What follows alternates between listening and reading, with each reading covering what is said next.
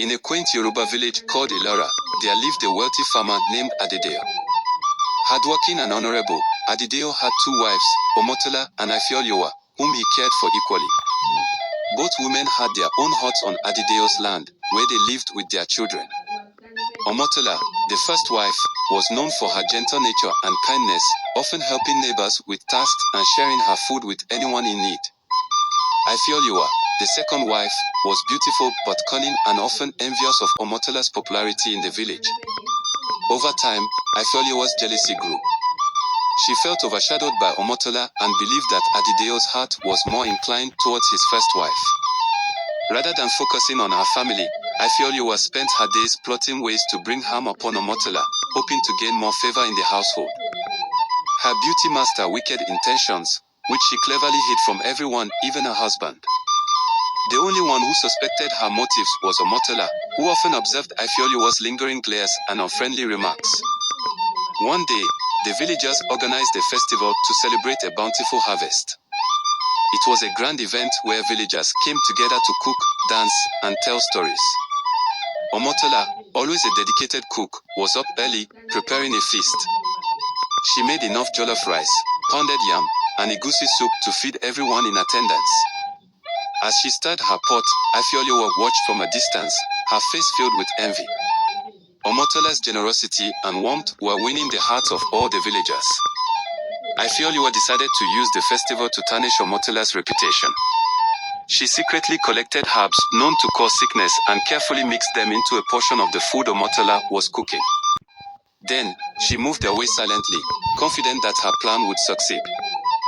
As the festival began, villagers gathered around Omotola's food, eager to taste her delicious dishes. Ifeoluwa watched from the sidelines, eagerly waiting for the sickness to start affecting people. To her surprise, everyone enjoyed the food without any trouble. She wondered what went wrong until she saw Omotola serving her husband and children a separate portion. This separate portion was prepared only for the family, as was their custom. Omotola had unknowingly prevented her family from eating the tampered food, but the villagers were now at risk. Just then, an elder named Baba Oak, known for his wisdom, noticed Ifeoluwa's anxious expressions. He approached her and asked if something was bothering her.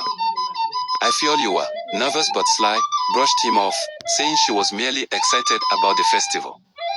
Baba Oak, however, was not convinced. He had long sensed Ifeoluwa's envy and decided to keep an eye on her.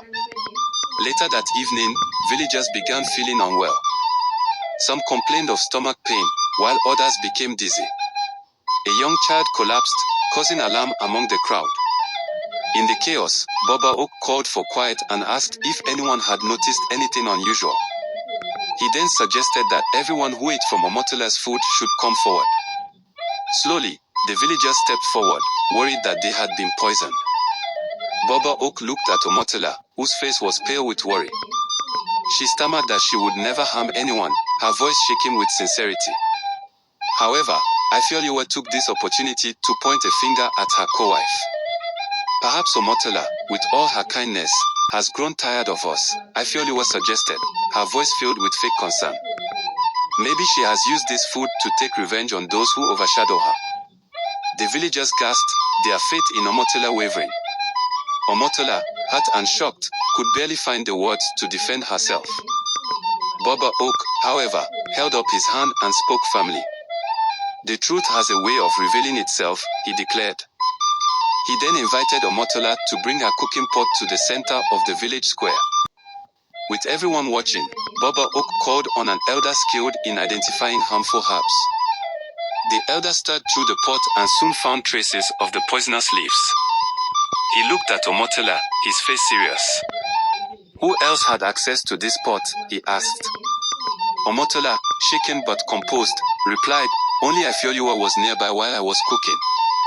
The villagers turned toward Ifeoluwa, whose face turned pale.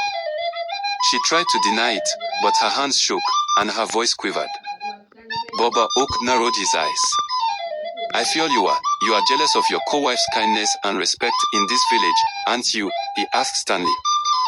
Realizing she could no longer hide, Ifeoluwa fell to her knees and confessed, pleading for forgiveness.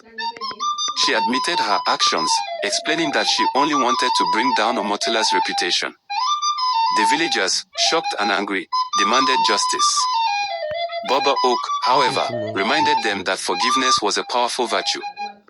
With the village's agreement, he decided that Ifeoluwa should perform penance by serving the community for a year, helping in the fields and caring for the elderly, without complaint or refusal. Ifeoluwa agreed, her head bowed in shame. In the months that followed, Ifeoluwa worked tirelessly. She spent her days helping others, learning the importance of humility and the value of kindness. Slowly, the villagers forgave her, and Omotola, ever compassionate, even offered her forgiveness. Through the experience, Ifeoluwa realized the emptiness of envy and the strength of unity.